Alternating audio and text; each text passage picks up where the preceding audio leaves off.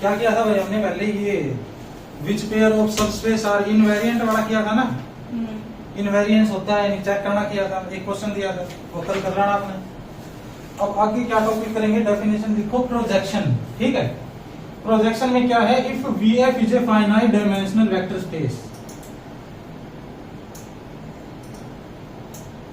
Finite dimensional vector space and if W1 and W2 are subspaces over vector space VF.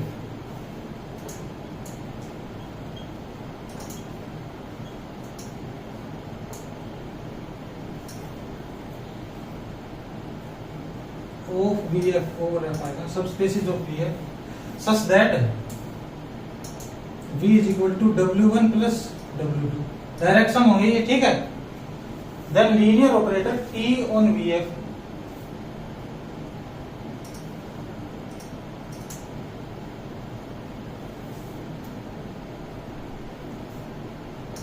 i.e. T कैसा होगा, V से लेकर V तक होगा ना, is said to be a projection on W1 along W2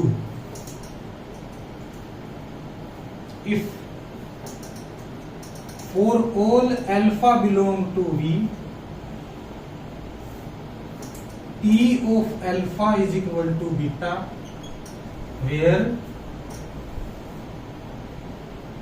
alpha is equal to beta plus gamma, beta belong to W1, gamma belong to W2। ठीक है, इतना लिखो। डेफिनेशन से क्या पता चलता है हमें, कोई वेक्टर स्पेस होगा V, दो उसके सबस्पेस होंगे, दो उसके दो सबस्पेस होंगे, उनके ऊपर क्या करते हैं प्रोजेक्शन हम डिफाइन भी करेंगे। तो सबसे पहले तो सबस्पेस ऐसे होने चाहिए जो ये प्रॉपर्टी सेटिस्फाई करे। उसके बाद अगर कोई लीनियर ऑपरेटर है उसको प्रोजेक्शन ऑन W1। अब देखो एक सबस्पेस के पहले क्या ऑन W1 अलोंग W2 ऐसे लिख रखा है ना, इसका मतलब एक कोई सबस्पेस होगा W1 उसके तो ऊपर होगा, अलोंग इसके होगा। तो किस टाइप का है, if for all alpha belong to V, सभी V के वेक्टर्स के लिए T ऑफ अल्फा बीटा के बराबर आना चाहिए, जहां पे अल्फा किसके बराबर है, बीटा प्लस गामा। अगर ये प्रॉपर्टी है तो सारे अल्फा ऐसे लिख सकता हूं मैं, सभी अल्फाज को, beta belong to W1, gamma belong to W2। यहां से क्या पता लगता है, किसी भी वेक्टर को उठा लाओ, जो फाइनल रिजल्ट होएगा वो W1 से आएगा, W2 का कोई वेक्टर नजर ही नहीं आएगा। ऐसे कहना चाहते हैं ना, तो इसका मतलब क्या है, T ऑफ क्या लिया हमने, बीटा प्लस गामा लिया, W1 प्लस W2 लिया, फाइनल रिजल्ट में सिर्फ बीटा आ गया। आई बात समझ में? इसको क्या दिया, projection on W1। On W1 बोल रहा हूं तो इसका मतलब W1 का आएगा, W2 को गायब कर देंगे हम, यही होगा ना। तो इसका मतलब अगर प्रोजेक्शन किसी के ऊपर बोलूंगा, फाइनल रिजल्ट में सिर्फ वही दिखेगा मेरे को, ट्रांसफॉर्म्ड वैल्यू में वही दिखेगा बस। आई बात समझ में? अब ये लिखो, इसके बाद में क्वेश्चन से हम अच्छे से समझेंगे। ठीक है, अब क्या है ये नोट कर लिया।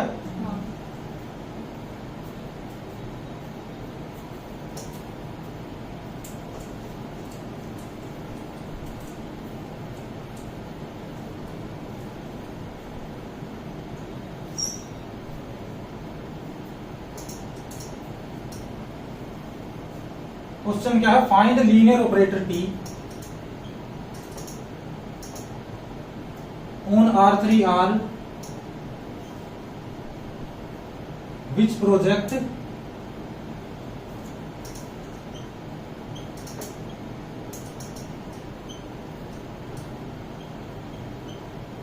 every vector of R3 on W1। अब ये सबस्पेस है ना कोई W1, इसके ऊपर प्रोजेक्ट ऑन लग रहा है ना, ऑन W1। इसका मतलब फाइनल रिजल्ट में W1 के वेक्टर दिखेंगे बस, W2 को गायब हो जाएगा ना फाइनल रिजल्ट में। ऑन W1, W1 कैसा दे रखा है भाई, XYZ such that x plus y plus z is equal to 0। ठीक है, एलोंग क्या दे रखा है, W2। W2 कैसा दे रखा है, x y z, such that x is equal to y is equal to z।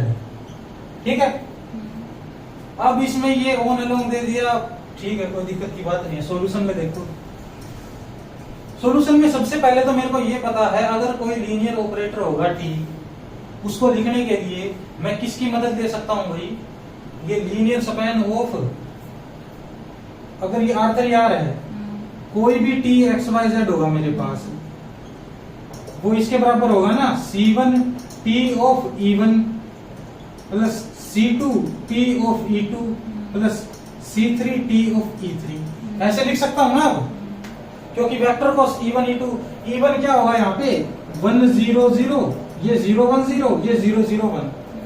पहले तो वेक्टर को लिख दूंगा इनके लीनियर कॉम्बिनेशन में, बाद में ट्रांसफॉर्मेशन लगा दूंगा। ये तो मेरे को पता है। इसका मतलब मेरे पास अगर बेसिस हो तो t of x y z को तो मैं जनरेट कर सकता हूँ। और कैसा जनरेट करना है, प्रोजेक्शन होना चाहिए on this and along this. आगे का काम हम इसके हिसाब से कर लेते हैं।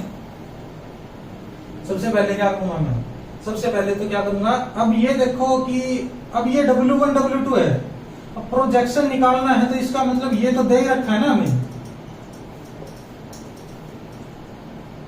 दे रखा है ना ये, और निकालोगे तो भी ज्यादा मुश्किल बात नहीं है, ये निकल जाएगा। ये W1 प्लस W2 क्या बना देगा, R3 बना देगा, इंटरसेक्शन में 0 ही आएगा बस, क्योंकि ये कंडीशन और ये कंडीशन कब सेटिस्फाई होते हैं, तो इसमें 0 होंगे। ठीक है, यहाँ पे क्या करेंगे अब हम, और W1 की डायमेंशन बताओ, 3 डायमेंशन है W1 की डायमेंशन है 3 -1 2। W2 की डायमेंशन बताओ, 1 आएगी ना। इसको क्या लिख दूंगा मैं, x x x x belong to R, essential arbitrary constant 1 है। यहाँ पे क्या लीनियर होमोजेनियस रिस्ट्रिक्शन 1 है, 3 -1 2 आ जाएगा। तो क्या कर दूंगा इसको मैं, 2 + 1 3 आ रही है ना दोनों में। अब इसका मतलब इसका बेसिस और इसका बेसिस मिलाकर बेसिस ऑफ R3 बना देंगे, है ना। अब यहाँ पे देखो मैं क्या लिख रहा हूँ, R3R का बेसिस लिख रहा हूं मैं, ये लिख रहा हूं मैं भाई E1 E2 E3। ठीक है, E1 E2 है बेसिस ऑफ W1, E3 है बेसिस ऑफ W2। ठीक है, W1 को मैं कैसे लिखता हूं, अब देखो W1 को मैं लिखता हूं x y minus of x plus y।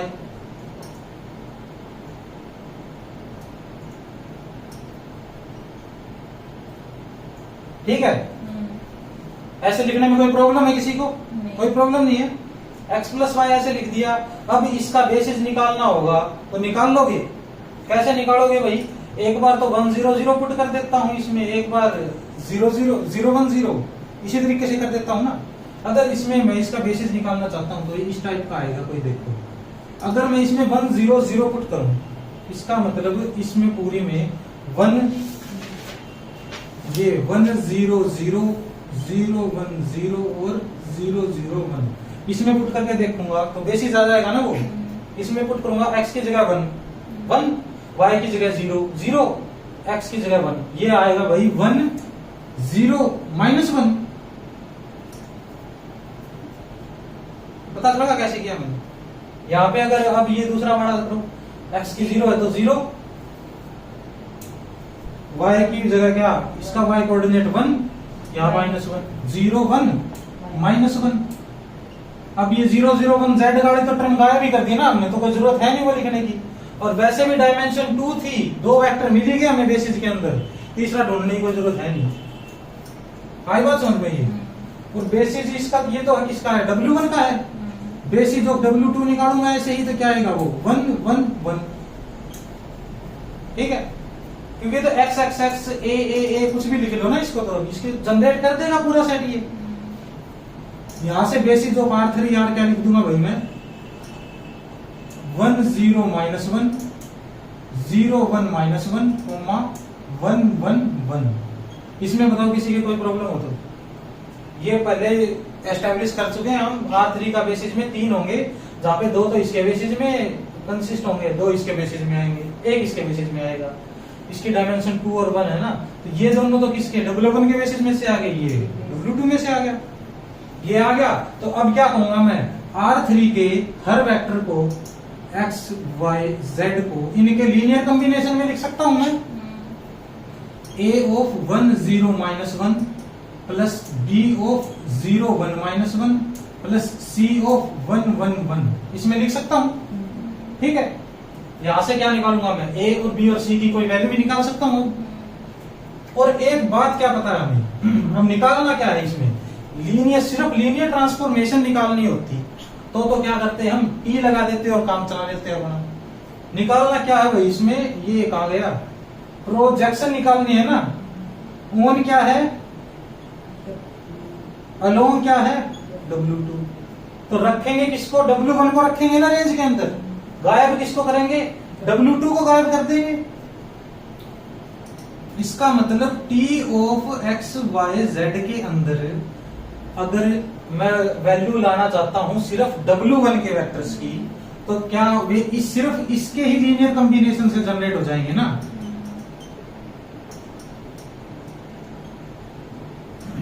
C वाले की तो कोई आवश्यकता ही नहीं है अब मेरे को, बताओ कोई जरूरत है तो। इतना समझ में आ गया किसको रखना और किसको गायब करना है।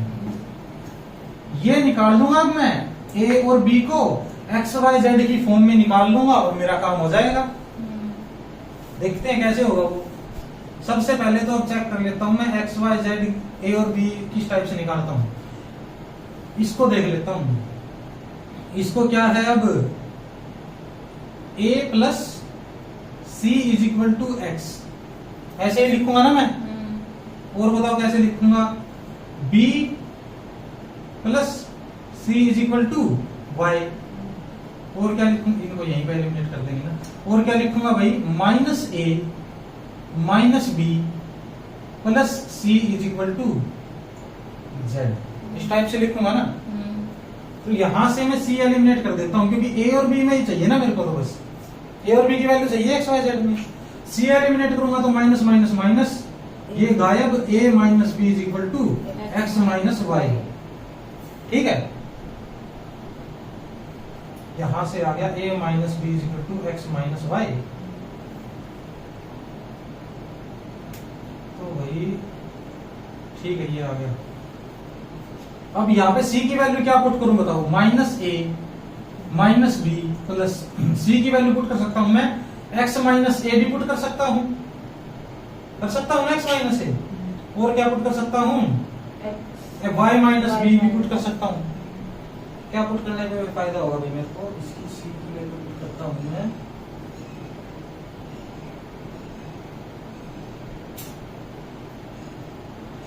x कुछ भी पुट कर लो, x माइनस ए पुट कर दी,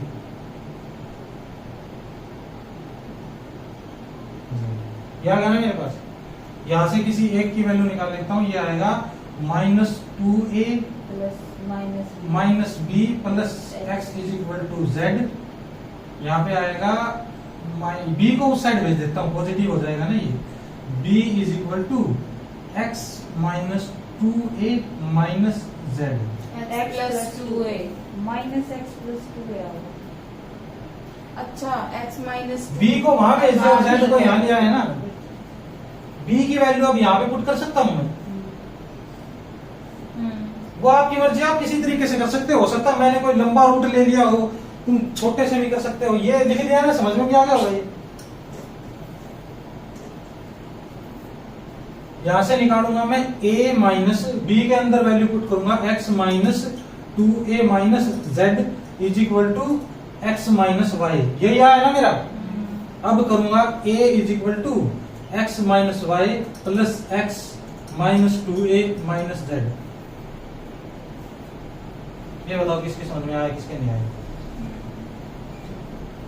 ये a को तो इसी साइड रख लेता हूं, ज्यादा दिक्कत की बात तो है नहीं, जब ये निकालना ही हमें तो 3 आ जाएगा ना यहाँ पे। 3a is equal to x 2x minus y minus Z,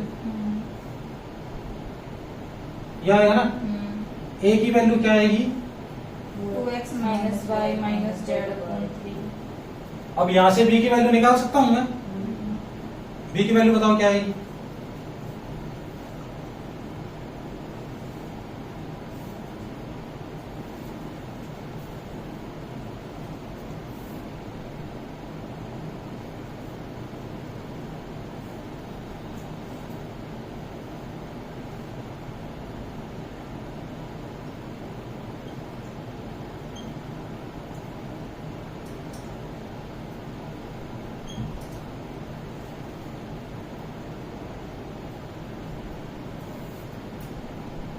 ऊपर वाला भी लिख लिया होगा ना?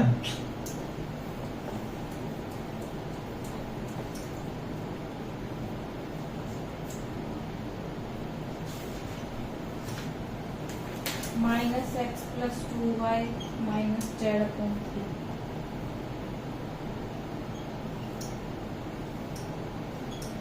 क्या है? Minus x minus x plus 2y तो 2y को पहले लिख सकता हूँ ना, माइनस एक्स, उसके बाद minus z.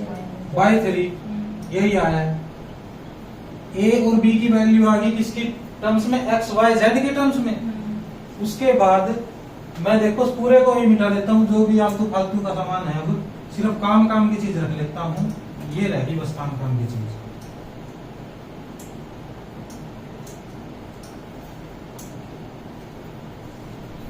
a की वैल्यू ये है, b की वैल्यू ये है, पुट कर देंगे t x y z की वैल्यू ये है। तो t of x y z क्या आ जाएगा यहाँ से? ये आएगा वही, क्या है ये? 2x minus y minus z by 3। 2x minus y minus z by 3 into में 1 0 minus 1 plus 2y minus x minus z by 3 into में 0 1 minus 1।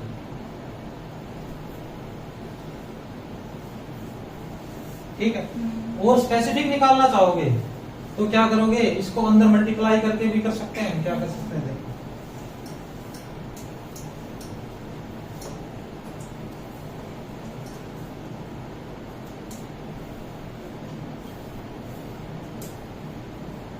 2x minus y minus z by 3 into 1 plus this into 0। तो ये तो खुद ही आया है। तो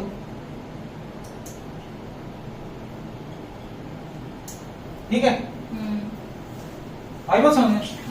this into 0 तो 0 प्लस दिस इंटू 1। सेकंड क्या आ गया? Y coordinate 2y minus x minus z upon 3. अब क्या है? ये भी -1 है, ये भी -1 है, तो इसमें कोई कैलकुलेशन करनी पड़ेगी हमें। क्या कैलकुलेशन करनी पड़ेगी भाई? 3 तो बटे में आएगा, ऐसे कैसा? माइनस से इसको मल्टीप्लाई करूंगा, ये minus 2x plus y plus z. इसको भी माइनस से मल्टीप्लाई करूंगा तो क्या आएगा? ये minus 2y plus x plus Z. ये आएगा भाई 2z। सबसे पहले तो x, ये माइनस x आएगा ना, minus 2x plus x minus x minus y में 3। ये आ गई हमारे पास projection on W1 along W2। ऐसे निकाल लेंगे हम।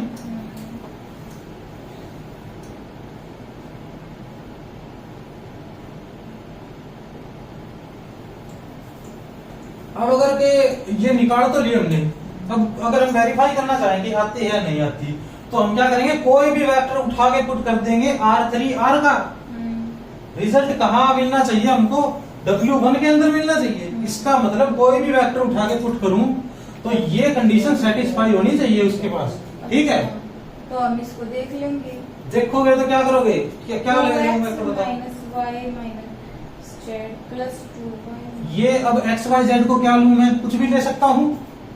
क्या लूं बताओ? R3R में से कुछ भी ऐसा होना चाहिए। ऐसे ही देख लेंगे। कैसे वैसे देख लोगे बताओ? यू इन प्लस करके। हाँ चलो जनरली भी देख लो, जनरली तीनों को प्लस करके देख लो। 0 बन रहा है नहीं बन रहा है ना, ये भी ठीक रहेगा। 2x प्लस ये माइनस और माइनस 2x हो जाएंगे 0 minus y minus y 2y plus 2y 0 हो गया 0 minus z minus z minus 2z plus 2z 0। तो ये सारे सेटिस्फाई करेंगे इसको। सेटिस्फाइड। आ गया समझ में प्रोजेक्शन कैसे निकालते हैं। अब प्रोजेक्शन के जो आगे के क्वेश्चन हैं वो आगे करेंगे हम, ठीक है, अगले लेक्चर में।